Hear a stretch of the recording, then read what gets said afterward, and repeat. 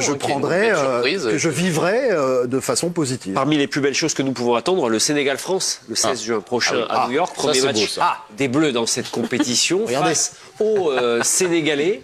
Mamadou, ce match-là, il va avoir une importance particulière dans le groupe I, composé de l'Irak également, puisque le pays a obtenu son billet la nuit dernière, et de la Norvège. Est-ce que le Sénégal-France, premier match du groupe I pour les Bleus, est la rencontre déterminante pour la première place? Oui et non, je dirais, parce que déjà pour nous, elle sera déterminante, parce que c'est qui nous, Mamadou? Le Sénégal. Je suis sénégalais, je suis d'origine sénégalais. Le champion d'Afrique, vous voulez dire? Voilà, je suis champion d'Afrique, donc voilà, je parle en mon nom. Avec son trophée. Voilà, avec mon trophée que j'ai bien cajolé. Non, pour le Sénégal, ça va être un match important, parce que après le match de l'équipe de France, on rencontre tout de suite la Norvège, donc ça serait bien de prendre, si possible, des points contre la France pour entrevoir un avenir meilleur dans cette compétition, parce que c'est un groupe qui est très relevé. Aujourd'hui, même Pape Thiaw, il a dit, et même quand je vois les matchs que la Norvège a fait face à l'Italie ou les dernières rencontres qu'elle a jouées, c'est une équipe qui est très solide, avec des joueurs de qualité, et ça va pas être évident de les jouer, parce qu'on parle beaucoup de Sénégal-France, mais il faut pas oublier la Norvège. Donc voilà, ça va être un match déjà très important pour le Sénégal d'entrée. Mais la France, je pense que c'est pas déterminant pour eux, parce que derrière ils peuvent se rattraper face à l'Irak, et rencontrent la Norvège que le dernier match. Ça peut jouer sur le dernier match pour eux aussi. Donc je pense que c'est plus important pour le Sénégal que pour la France. Paul? Moi, je pense que en tout cas, le vainqueur de ce match-là sera premier du groupe, à mon sens. Waouh. Parce que le Sénégal est, pour moi, supérieur à la Norvège. Ce sera le champion d'Afrique, évidemment, qui va affronter les Bleus, que les Bleus ont pas oublié ce qui s'était passé en 2002, et qu'à ce moment-là, en 2002, alors même que les Français étaient quasiment dans la même situation, à savoir un des favoris de la compétition, ils avaient perdu le premier match, et ensuite, tout s'était très très mal enchaîné. Vous n'êtes pas à l'abri, encore une fois, c'est un tournoi qui se joue sur les 3 premières rencontres où il faut déjà sortir, même si là, il y aura potentiellement 3 qualifiés. C'est très très rapide, et si vous faites une contre-performance sur le premier match, il suffit ensuite que vous ayez un blessé, des coups durs, et que vous prenez les pieds dans le tapis contre l'Irak. Derrière, vous avez une pression maximale dans le troisième match. Donc, moi, je considère que ce sont les 2 meilleures équipes qui s'affrontent, et que, étant donné le passif qu'il existe entre la France et le Sénégal, que ce soit par rapport aux binationaux, par rapport à l'amitié qu'il y a entre les 2 pays, par rapport au match qu'il y a eu en 2002, je pense que si la France s'impose, la France sera première, tout comme le Sénégal s'il s'impose dans cette confrontation. Alors, c'est mettre la Norvège en dessous, un peu, oui, Philippe. Oui. Ouais, non, moi je suis d'un avis opposé. Il me semble que mathématiquement, de toute façon, c'est très clair. Le vainqueur de France-Sénégal n'a aucune espèce de garantie de finir premier, selon moi. Et je suis à peu près convaincu que la première place, elle se jouera la dernière journée. Lors du France-Norvège et du Sénégal-Irak. Moi, je pense qu'il est plus important peut-être pour la France que si la France bat le Sénégal, derrière elle joue l'Irak. Bon, vous pouvez imaginer qu'elle a 6 points en 2 matchs. Alors, vous avez raison de faire des hypothèses concrètes. Je pense, je vous dis. Non, mais oui, pourquoi pas, bien sûr. J'imagine que c'est plus important France, pour la 6 France points, 2 que premiers pour le matchs. Sénégal. Je pense que c'est ce qu'il a raison. Okay. Non, mais imaginons, c'est intéressant, vous avez bien raison, soyons concrets. Imaginons, France, 2 premiers matchs, 6 points. Ouais. Ok. Dernier match, France-Norvège. La Norvège, elle arrive avec combien de points? Elle aura joué l'Irak, je vous rappelle. Elle aura au moins 3 points. Mais alors, Elle aura au moins 3 points. Ça, c'est voilà, bah oui, je suppute. Quelque chose de concret, on est quand même sur du subjectif. Non, mais vous supputez que la Norvège est moins bonne que la France et que le Sénégal. Moi, j'assume. À chacun ses supputations. J'assume qu'à partir du moment où on parle d'une compétition qui commence dans 3 mois, oui, on va faire des projections. Vous me dites, parlons de concret, et vous me dites, bon, bah, la Norvège arrivera avec 3 points. C'est quand même un peu antithétique. Et vous nous dites que la Norvège, si la France gagne le Sénégal, à la France et au Sénégal. Vous me demandez mon avis, je vous dis que je pense que la Norvège est inférieure à la France et au Sénégal. Ah bah moi je le pense pas. Bah, très Mamadou. La Norvège, vous la placez où là? Non, pour moi c'est France qui est au-dessus du groupe. Et après la Norvège et le Sénégal se valent, plus ou moins, je pense. Mais faut pas non plus négliger l'Irak, parce que l'Irak aura son mot à dire.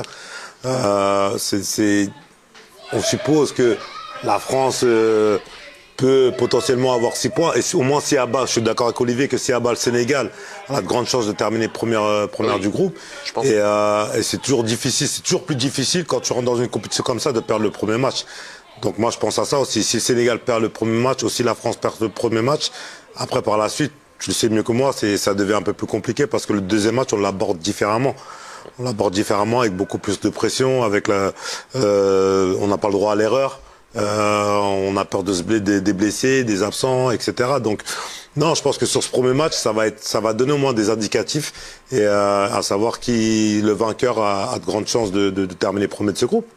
Pape Thiaw, le sélectionneur sénégalais, s'est exprimé d'ailleurs au sujet non pas de la France ni de l'Irak qui vient de se qualifier, mais plutôt de l'adversaire que vous estimez à la même hauteur. Lui, il a un regard assez méfiant sur la Norvège.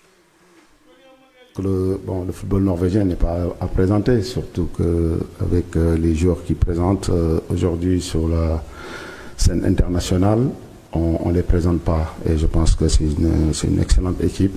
Pour moi, en ce moment, c'est la meilleure équipe européenne. Alors, est-ce que c'est un discours de circonstance pour dire attention, on s'en méfie, ou il le pense vraiment? Nicolas, franchement, demandez à un expert, Paul. Moi, je pense qu'il plaisante, mais... Oui. Enfin, il y a la France et l'Espagne qui, selon moi, sont largement au-dessus des autres nations européennes.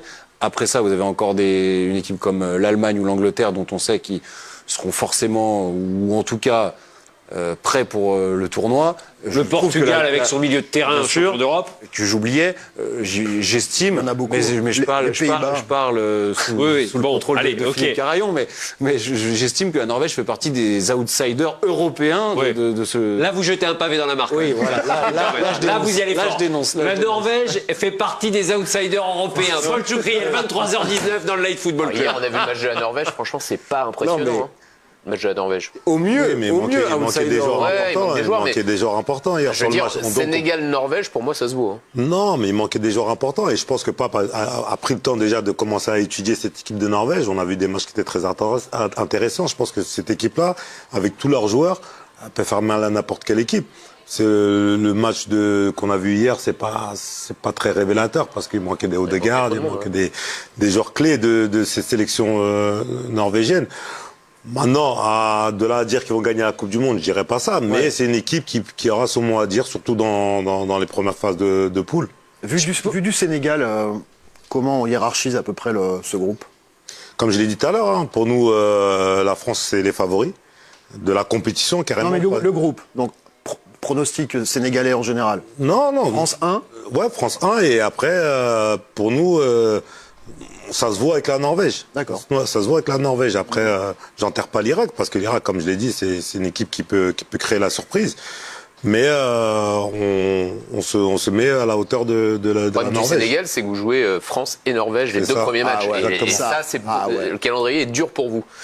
L'Irak, vous avez raison, Mamadou. L'Irak a écarté la Bolivie. Bien sûr. Était capable de sortir la Bolivie. Donc, oui, puis c'est le parcours terrible pour se qualifier dans cette zone-là. Ça a été compliqué pour les Irakiens. Et qui va disputer ce pays la Coupe du Monde avec la France, le Sénégal et la Norvège, c'est vrai. Mais d'un point de vue français, ce France-Sénégal n'a-t-il pas une importance encore plus forte, encore plus marquée, parce que c'est la fin du parcours de Didier Deschamps aussi en bleu.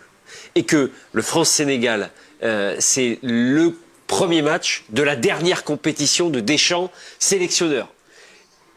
Lui qui prépare un 4-2-3 avec un numéro 10, et tiendra-t-il jusque-là? Il va jouer à 5 derrière contre le Sénégal. Tiendra-t-il avec cette stratégie offensive jusque-là pour ce match si important? Parce que imaginez... C'est votre marotte. Non, mais c'est une fixette. Ça, c'est Nicolas Tauriol, depuis le début de la saison, c'est incroyable. Oui, je pense que le 4-2-3 avec le 10 ne tiendra pas jusqu'à la Coupe du Monde, ou alors il tiendra le premier match et la première mi-temps éventuellement. Mais parce que Didier Deschamps sait très bien qu'une défaite face au Sénégal conditionne tout. Ouais, il va jouer plus droit. Comme j'ai dit tout à l'heure. Même s'il y a l'Irak derrière. Un peu moins quand même avec les trois qualifiés. Les potentiels 3 qualifiés. Dans un groupe difficile comme celui-là, être le troisième qualifié, ça veut dire qu'il va falloir gagner les 2 autres matchs. Avec 2 victoires, vous êtes a priori deuxième. Oui.